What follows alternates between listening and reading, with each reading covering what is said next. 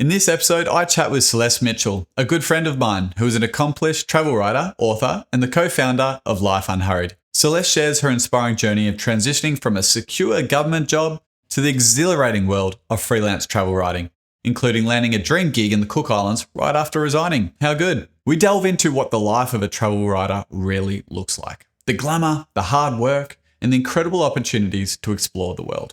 Celeste also introduces us to Life Unhurried, her passion project dedicated to embracing JOMO, that means joy of missing out, and finding tranquility in slow travel, a concept she beautifully explores in her coffee table books Life Unhurried and Ultimate Beaches Australia. This conversation is a captivating blend of career insights, personal growth, and a much needed reminder for everyone to pause, breathe, and find your own unhurried moments. Let's get into it. Celeste. Hello. What was one of the most difficult moments of your life that actually ended up being one of the best moments of your life? Oh, I was thinking about this and probably this might sound a little bit trivial, but it was when I broke my leg.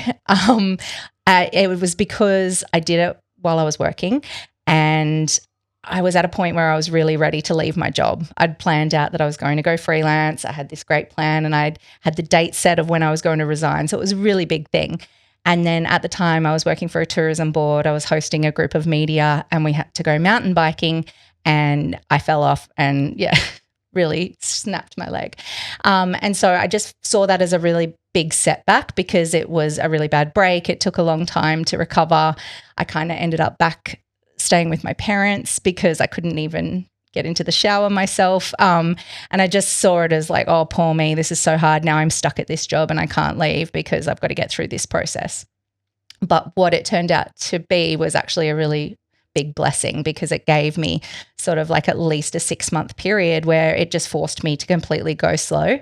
Like I literally was sat up in bed. I couldn't do much. I was just reading and sleeping, and I started doing an online business course at the time.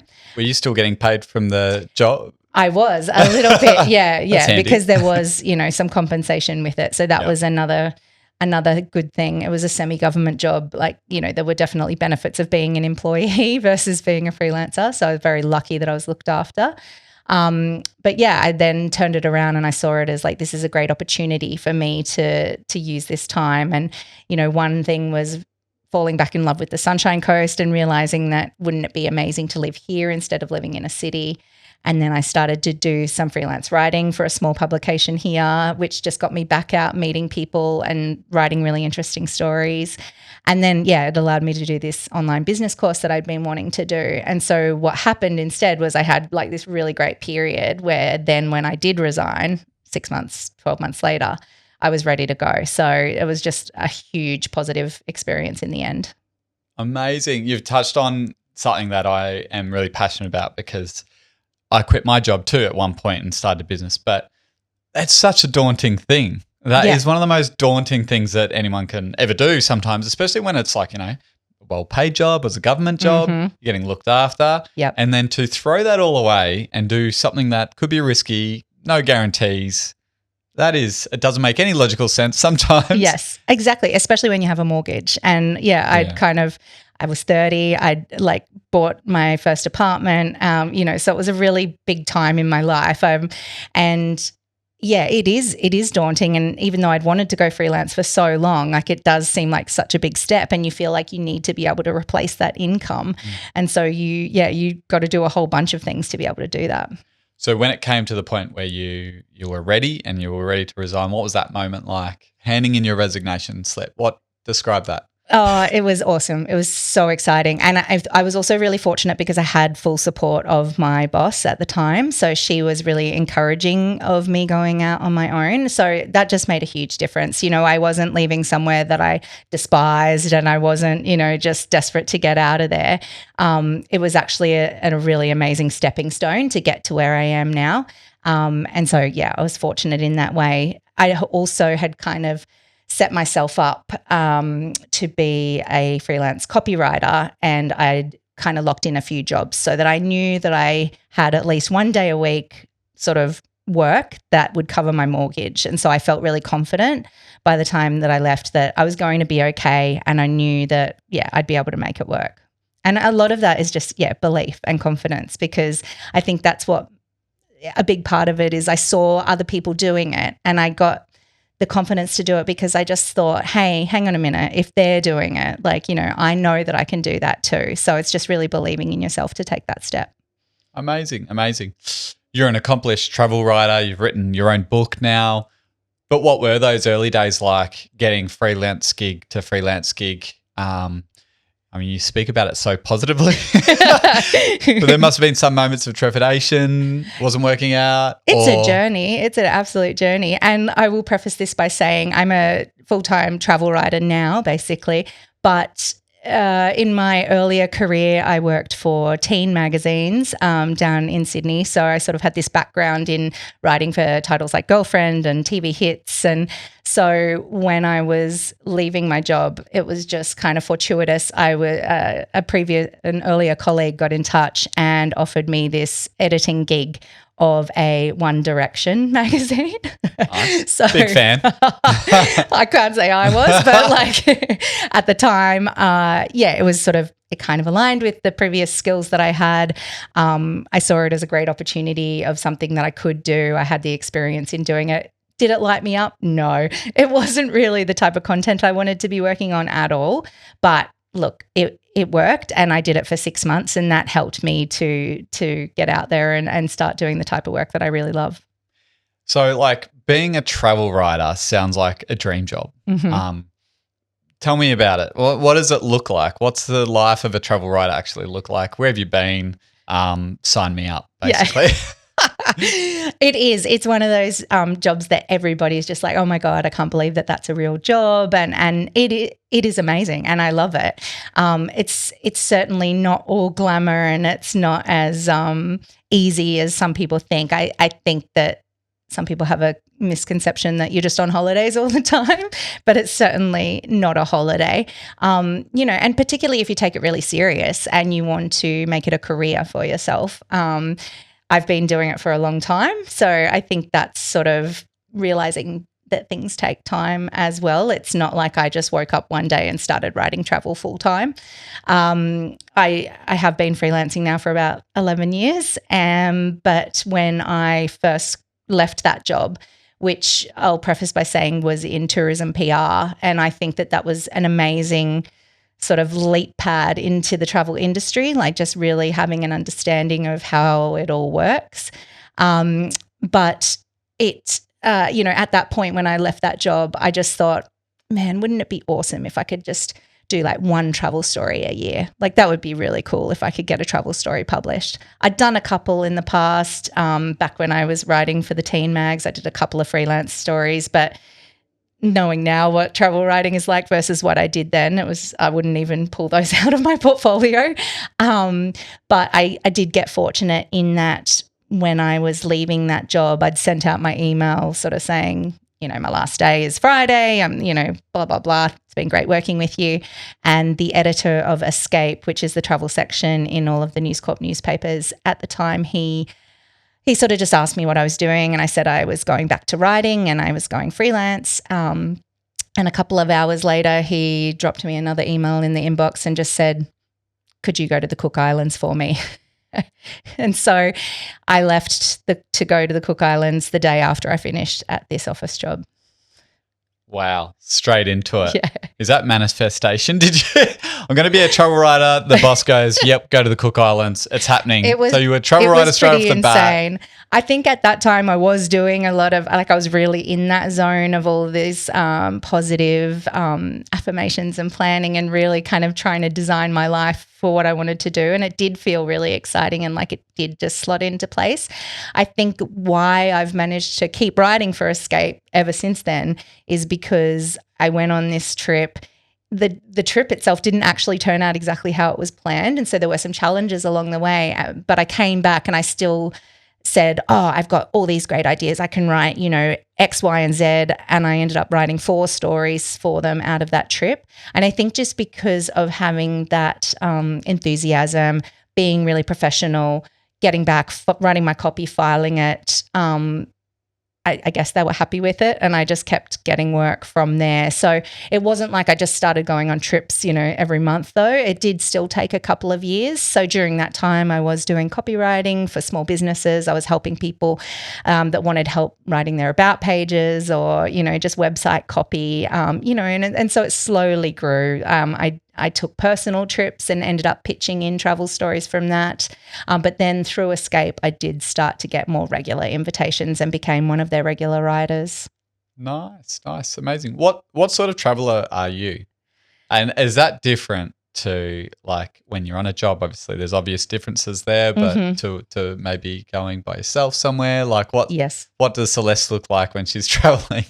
I think that I'm probably a much slower traveler than what some of the trips for work can be. And that's probably another misconception too. It's like knowing how hectic some of the itineraries can be because, understanding that when you go on a trip for these publications, you're being generally hosted by somebody, whether that be the tourism board or an airline or a hotel company, and they want to show you as much as they can to really make sure that you maximize your time on ground and you have all the information to be able to write a great story. But it can mean that you hit the ground running, and that might be flying to Europe and you're straight off the plane and you're into a action-packed itinerary that starts at 6 a.m. and finishes, with late dinner at night, and then you're back up the next day. So that's certainly a lot more hectic than how I like to travel myself. The travels that I had done prior to being a travel writer were more about, like going and staying in a destination for longer and also just shorter trips closer to home. I hadn't done a huge amount of travel, to be honest. It's really in these past 11 years that I've had amazing opportunities to go to countries that I never might have had the opportunity to go. Can you put a number on it now? How many countries you've been? I was thinking I should have counted that before we had the chat. No, I couldn't tell you, but a lot. A lot. Yeah. All right, a quick word from one of our sponsors and then we'll get right back to the show. Today's sponsor is, it's me, Tom from Raw Lens. At Raw Lens, we create impactful video and stills content that captivates your community. If you're a business, organization, or individual with a message to share, then let's chat. Book your free Creative Spark session today at rawlensmedia.com. Let's bring your vision to life. Okay, back to me in the show. So obviously a lot of experience. You've been to many, many countries all around the globe, exotic locations. It's a great job. And I wonder now, young people coming out of school who love to travel, which is pretty much, a lot of young people obviously want to go see the world, and they might be interested in writing. Yep. Do you have advice for those young people of today, how they get into travel writing? Where do they get started? Yeah, it's a common question and something so many people want to know. And I'll just bring it back to, I think, that misconception that you can just sort of get into it and it's easy. I think most of the people that are in the industry have really worked their way up over many years to be able to get to those coveted travel gigs. And that's certainly what I found. Like I mentioned, it wasn't until my early 30s that I started doing this. And a lot of the really established travel writers, they're sort of in their 50s that you generally find, although I'm starting to be one of those older travel writers on the trips these days. But I think there are so many more opportunities now than what there was when I started out. And that's because of what you can do on the internet. I mean, anybody can start writing. You can very easily have your own website, have your own blog, start a Substack, start a podcast. You have access to be able to put your work out there immediately, which, was not something that I had when I was starting out.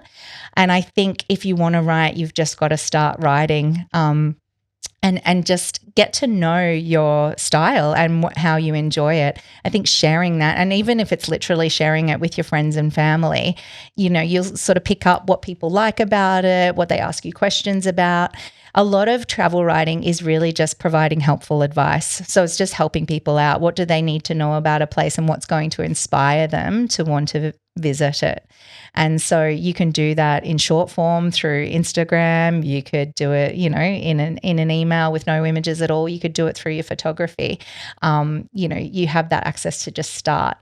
When it comes to actually getting paid commissions through publications, that's a little step further. And so if you're not in the industry, I guess I started out interning everywhere I could, and that's still practice today. It's getting a foot in the door, understanding how publications work. I mean, I often think I'd love to go back and start doing that at some of the digital-only publications, because there's so much that goes into those that I haven't had the experience with. And I think that's one of the best ways to understand how they work, and also get to meet people and know people in the industry as well. You're a hard worker. Yeah. You're driven, and you make how much is it? How much of that do you think, you are there interning, you're putting your hand up, you're saying, I'm available, I'm keen. How is that helped you throughout the years, or in the early days, I guess? Yeah, I think that's certainly part of it. And you do hear stories through editors or other journos that sometimes, mystify me, because, they talk about like journalists that have gotten commissions and then just don't file their copy when they say they're going to, or they file it 2 weeks late, or they file 1,000 words over what they were commissioned to write.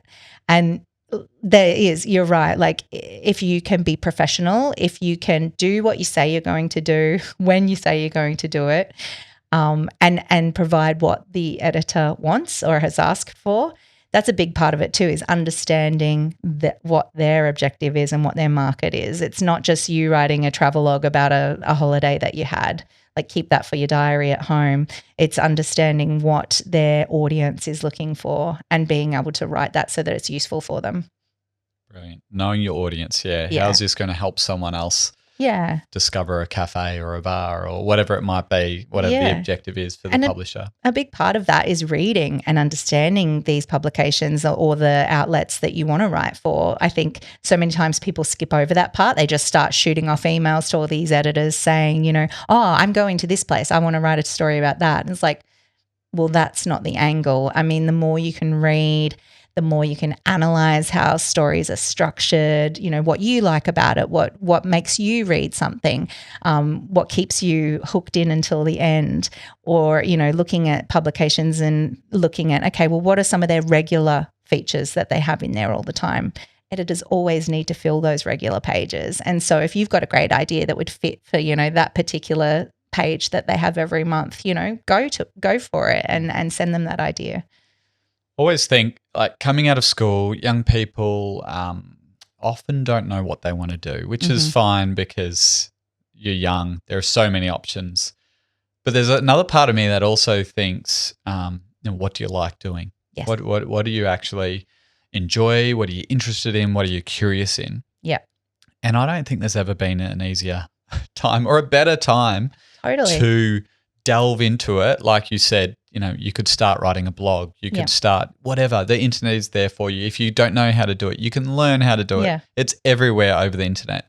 But on top of that, so all that's there for you, all the resources are there for you. But on top of that, the missing piece is showing up and just calling the editor, pestering them, but not doing a scattergun approach to loads, finding the one you want and say, look, I'll get the coffee, I'll show up, I'll write some pieces, I'll do this and that. And yes.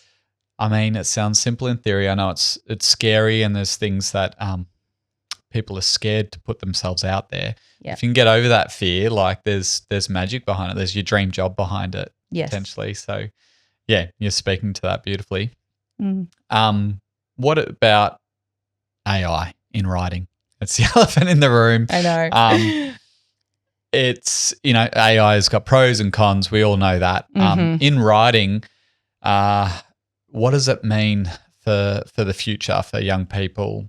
Are they just going to punch in, write me a travel story on Greece? Yeah. What does that look like? It scares me. It really does. And to be honest, I've been really hesitant to even want to interact with it. I've, found it easier to just be like, no, hate it, don't want to know about it, showing my age here and just being like, putting my foot down.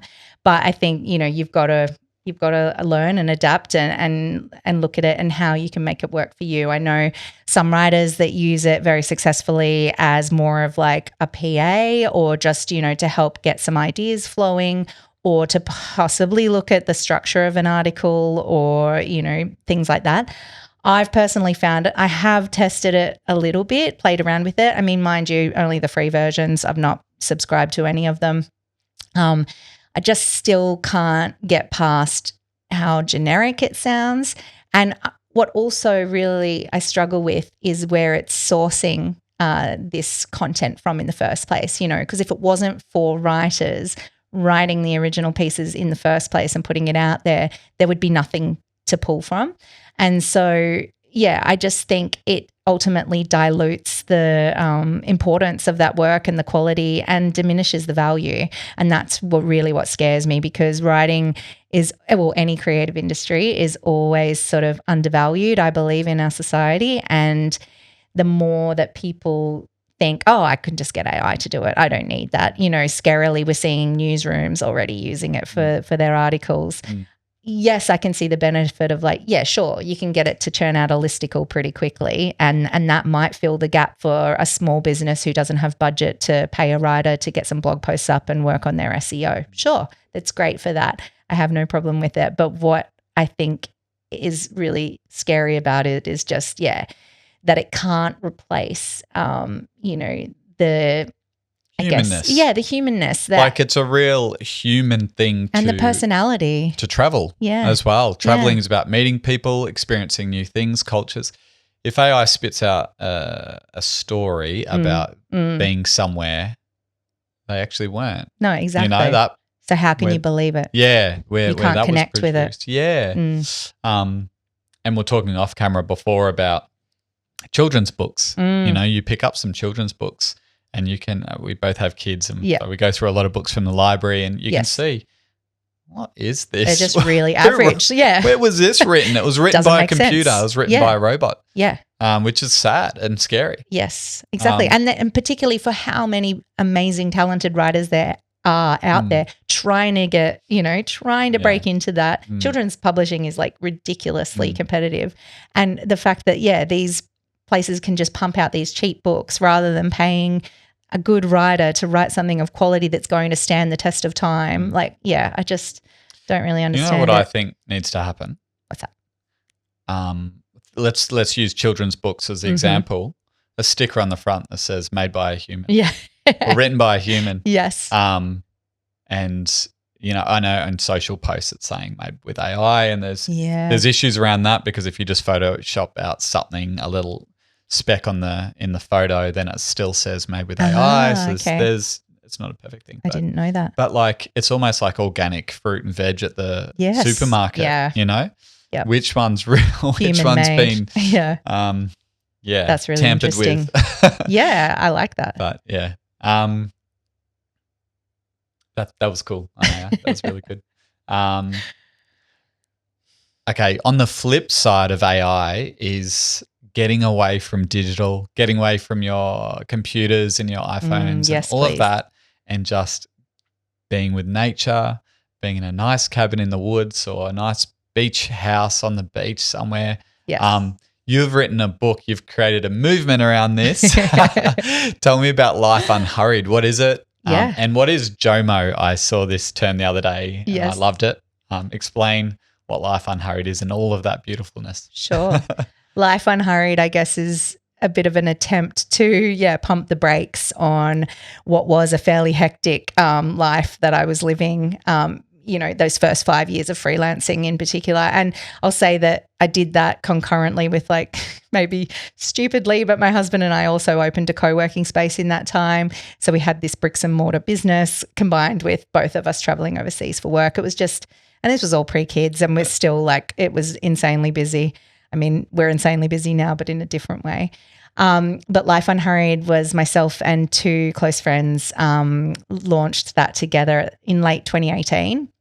We just really wanted to have an online space where we could start to write about the types of travel and lifestyle things that we were really interested in and passionate about, and hope that it would create this sort of platform where other people could be inspired by that and come and have tips for living a little bit more slowly. And it's grown over that time, and during COVID, coincidentally, we launched our Slow Stays directory, which was at a time where everyone was sort of forced to travel in Australia anyway. And we saw a huge explosion in popularity of these off-grid cabins and, really cool, unique accommodation that we had sort of already been hand-picking to feature on the site. So that's a big part of it. It's like, where can you go to escape, to switch off and slow down, and to, it's sort of tied back into mental health as well, because I found at that time it wasn't just me, it was everybody you spoke to.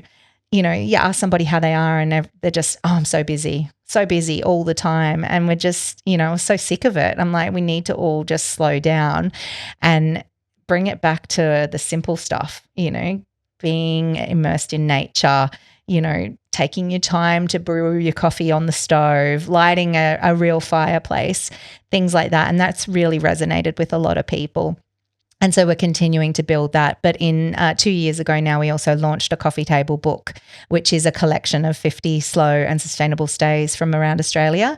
And so that's been really beautiful to see how that has gotten out there, and it's on the coffee tables in all of these Airbnbs around the country. And that's been awesome.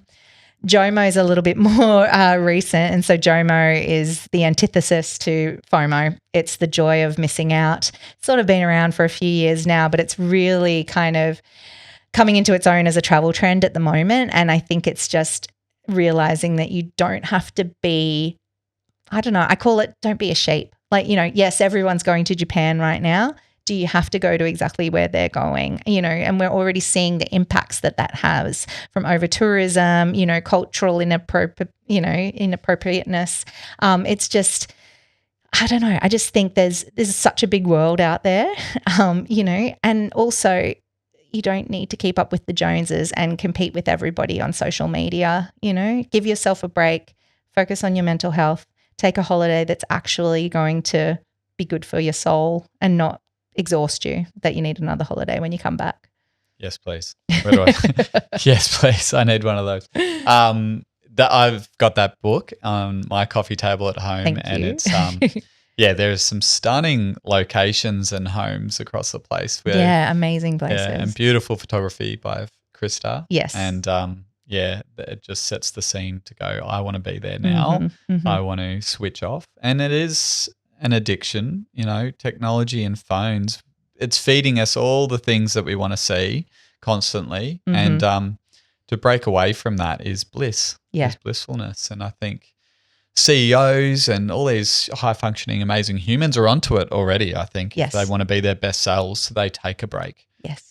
We've got clients who do 7-day silent retreats, probably on the extreme end of things, but taking a break, going to one of these wonderful locations in Life Unhurried is just what the doctor ordered. And scheduling it in for yourself, like making it a quarterly thing, or if that's not possible for you, every 6 months or even once a year. I did a trip down to Tasmania on the northwest coast. It was while I was writing my second book, but I just spent 4 nights in like a little beach shack in this tiny little town, and by myself, and just doing that, it was so refreshing. And I just thought, oh my God, imagine if I did this at the start of every December. Like, you just go into that whole silly season craziness feeling so much better. Like, it is amazing for you. And it doesn't have to be, you don't have to fly somewhere. You can find somewhere that's close to home.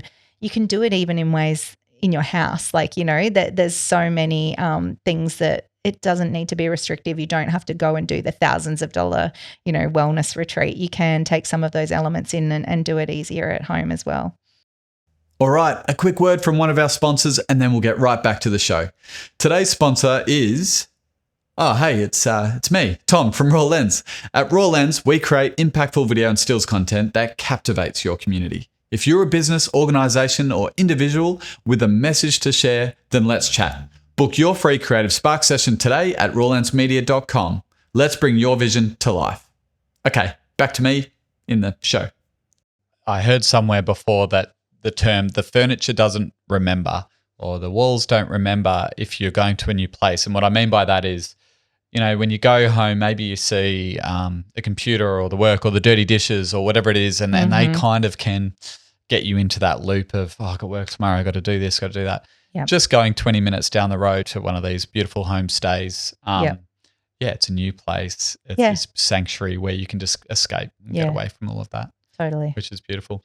Celeste, you and I are both lucky enough to live on the beautiful Sunshine Coast, and we share the love of beaches. I absolutely love it, and we find peace, I guess, near the water and in the water. Yes. What is your next project? Because it sounds like very aligned to what you love. Yeah, well, I've actually spent the last 2 years going to a lot of beaches because I've written a book called Ultimate Beaches Australia, and that's actually coming out in May this year. So it's a collection of 80 of the best beaches from around Australia. So it's kind of got some of your big names in there, but also lesser known spots, beaches for families, beaches for surfers, and each one, it's sort of like, I guess, a travel guide / inspiring coffee table book.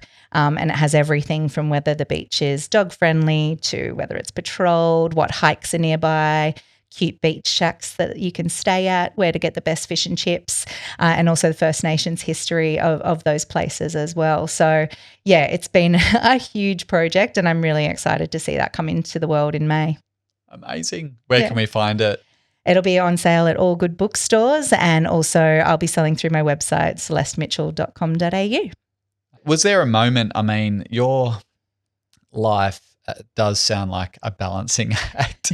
You're driven, you're entrepreneurial, you're creating all these amazing things. And I'm trying to be unhurried. Yeah, and you've got the beautiful Life Unhurried, which is a remedy, I guess, for all of that. Oh, and I do feel like a fraud sometimes, totally. It's like that analogy of the duck, looking so serene on the lake, and then underneath they're furiously paddling. And that's me sometimes. I swear, like people must see me on the coast here when I'm racing around doing something, wearing my shirt and just saying, oh, God. Not in a hurry. I'm not in a hurry, okay? But I'm trying. I'm working on it. Well, that's it. It's a work in progress. Yes. You've got family life. You've got businesses. Yeah. What is your advice around balancing all of this and keep moving forward? I think I'm really working on this myself, and having 2 young kids, and I've certainly gone through periods where I have really struggled because I've believed that I could still do it all. And I think, I don't know, there's an element of frustration in just being a woman and being sold this story that you can, and you really can't. It's really hard. But ultimately it's working out what's important to you, what you want to remember, what you want to, what are the moments that you want to take through your life. And a big part of that is being able to step away from technology, putting the phone away, being more present. For me, that's a big one with the kids, really just you can't do 2 things at once. It's really difficult to juggle all the balls. You've really got to be present and do one thing at a time. And that means doing less. A lot of the time you've got to learn how to say no more. And that's something that I've been working on for the last few years for sure. Yeah, when it's hard, I find it hard as a business owner now, but when I was a freelancer, even more true. You're in this, you want opportunity. You want these things to come at you. And you have all these ideas all the time, It's too many ideas, not enough time. Yeah. And the opportunity and the ideas do come to you because you put yourself in this position where, okay, I'm ready, and they do come. The filter I find for myself was very bad at the start. There was no filter. I'll take that. Yeah, sure, I'll do it. Yep, sure, cool.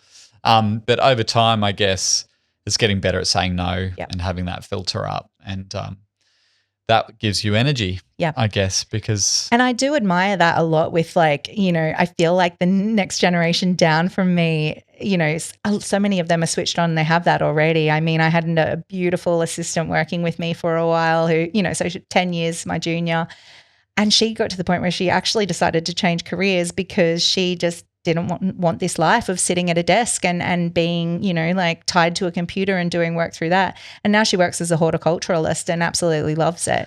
And I just think that's so amazing to make that decision in your early 20s and to know, what's important to you in your life. How do you want to spend your days? I mean, I can't help it. I still love, writing, and I want to create more. So I don't mind that time at my laptop too much. But yeah, it's knowing what to say yes to and what to say no to. Last question. Where are you most at peace? Oh, that's a good question.